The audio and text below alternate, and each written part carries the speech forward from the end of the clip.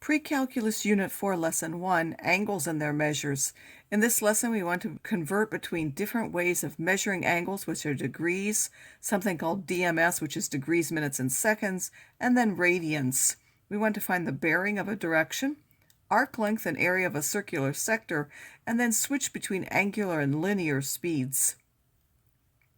So a central angle is one that's the vertex is at the center of the circle, and we can measure them not only in degrees, but you can measure them in degrees, minutes, and seconds. The degree, of course, is by taking the circle and dividing it to 180 pieces. The half part of it, you take a straight angle and divide that into 180 pieces, and then a minute is 1/60th of that, and then a second is 1/60th of that. So those are very small divisions of the angle. For a minute, you put 1 mark, and for a second, you put 2. To change a decimal degree to DMS, the whole part is the degree. So if it says 30.56 degrees, then the 30 is the degree part. Then you take the decimal part. So if it was like 0.56, you would take that and multiply by 60. You take off the whole number part of that. That's the minutes. The leftover part, you multiply that by 60 again, and that will give you the seconds. So if I have 24.365, the degrees are 24. And then I take the 0.365 and multiply by 60, giving me 21.9. That 21 is the minutes. The 0.9, the remaining decimal, I multiply by 60 again to give the number of seconds, 54.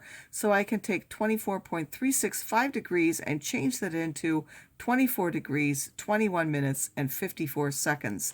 If I want to go back the other way, of course, the degree matches, so I would take 31. This is 25 out of 60, and then this 16, because we divided by 60 twice, is really 16 out of 3,600, and that would give me my decimal degrees. If I have the bearing of an object, it's always measured from the north, and you're going clockwise around this way. The compass has 16 divisions that we use. There's north, east, south, and west. Those are the normal. In between north and east is northeast. And then in between north and northeast is north-northeast. In between northeast and east would be east-northeast. They always put the separate letter first, and then the one that had 2, they list that second.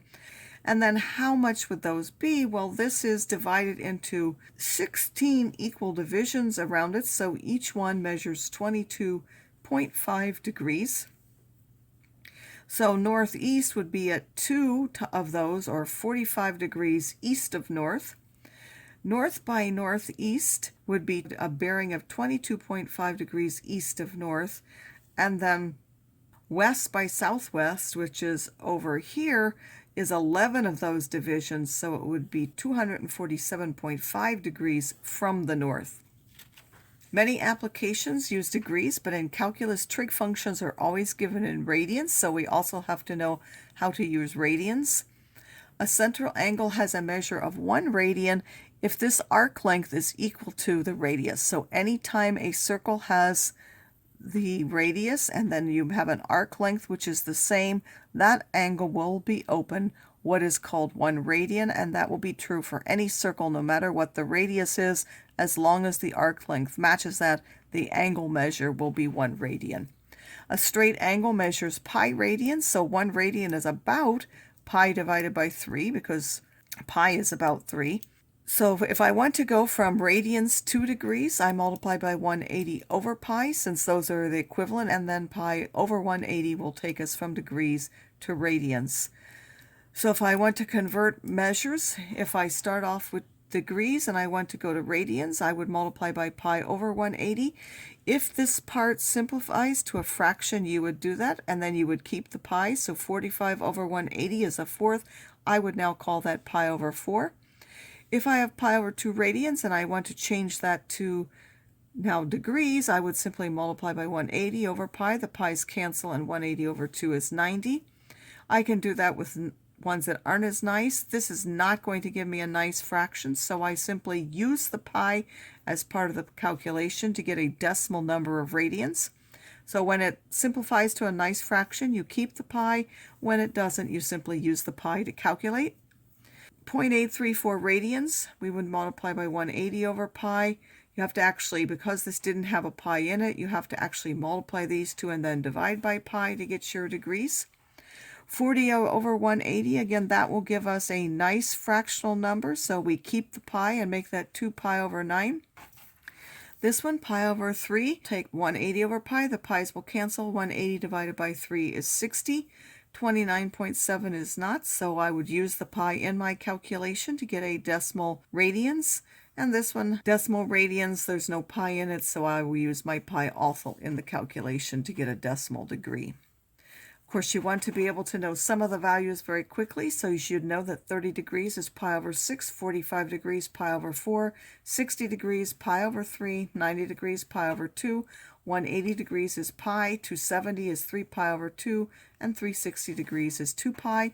You should also be able to get ones that are related to that very easily. For example, if I have 3 pi, I should know that's 3 45s, 5 pi over 3 is 5 60s, and so on, which I've given other examples of down here. If I have a circle and I'm measuring in radians, theta being the central angle, if I now want to give the arc length of that, if we did it in degrees, it was what fraction of degrees we had. Now we're going to take the fraction of radians. So this is open theta. The whole thing is 2 pi. So we would do how much of 2 pi it is. So theta out of 2 pi times the entire circumference of 2 pi r. The 2 pi's cancel, and you get that the arc length is the radius times the angle measure. For the area, again, it's what fraction of the entire area pi r squared. So the fraction is, this is theta out of a total of 2 pi. The pi's now cancel, and we get 1/2 of theta r squared. If you're given something in degrees, you first will convert to radians in order to use these formulas. So as an example, if we have a circle of radius 3 and it's drawn with a central angle of 5 radians, what is the length of the intercepted arc and what is the area of the sector? So this is in radians. I don't have to do any converting.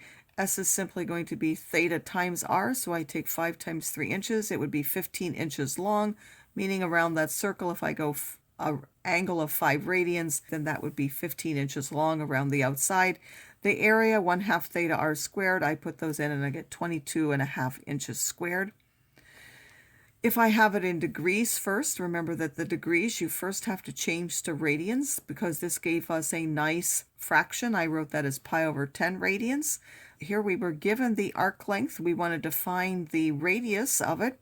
So we would put 3 where the arc length is, our pi over 10 here, and then we're solving by multiplying by 10 and dividing by pi to get 10 times 3 over pi, or 30 divided by pi, which is about 9.55 inches. So that would be the circle's radius. Angular speed is how many times it revolves in a given time unit, and linear speed is the distance that it travels in a particular time unit. When we want to convert, we'll convert between them using dimensional analysis, remembering that 1 radian is always equivalent to the length of the radius in terms of the way they convert between them, and 1 revolution is always 2 pi radians around. So Khaled is riding a bicycle with 29-inch diameter wheels. If he's traveling at 35 feet per second, how many revolutions per minute are the wheels making? So the diameter of the circle is 29. The radius would be 14.5 inches. 1 radian is 14.5 inches. We start off with the 35 feet per second, and we want to get revolutions per minute. So we want the feet to go into revolutions. First, I would multiply by inches over feet, and that would give me inches. And then I would take the radians is 14.5 inches, and I would cancel that. That would give me radians. And then I would multiply by 1 revolution over 2 pi radians. That would cancel, and that would give me revolutions. And then I want minutes on the bottom. I was given seconds, so I would also need 60 seconds over 1 minute. Those would now cancel and give me minutes instead. And now all of the units match up like they're supposed to. I can ignore all the ones, but I multiply by all the numbers on the top and then divide by each thing on the bottom. I would multiply 35 times 12 times 60, divide that by 14.5, and then divide by 2 pi. If you do it like that, make sure you put the 2 pi in parentheses. Otherwise, you have to divide by 2, and then you have to divide by pi as well. And then you will get 277 revolutions per minute. If a tire has a diameter of 27.5 inches, what is the speed of the vehicle in miles per hour when the wheels are turning at 700 revolutions per minute? Again, we're given the diameter, so we need the radius. That's also the equivalence now of 1 radian. We're given now revolutions per minute to start with, and we want to change it to miles per hour. So the minutes we want to change to hours. We'll need a factor of 60 minutes over 1 hour for the minutes to cancel. Revolutions we know is 2 pi radians. That will put us into radians. Then we use our equivalency with inches. Inches on the top, radians on the bottom, so the radians cancel. Then we need to get from inches to feet and from feet to miles. So 1 foot over 12 inches, the inches will cancel. 1 mile over 5,280 feet, feet will cancel. Multiply all the things on the top, ignoring the ones, divide by all the things on the bottom. So we would divide by 12, divide by 5,280 to get 57.3 miles per hour.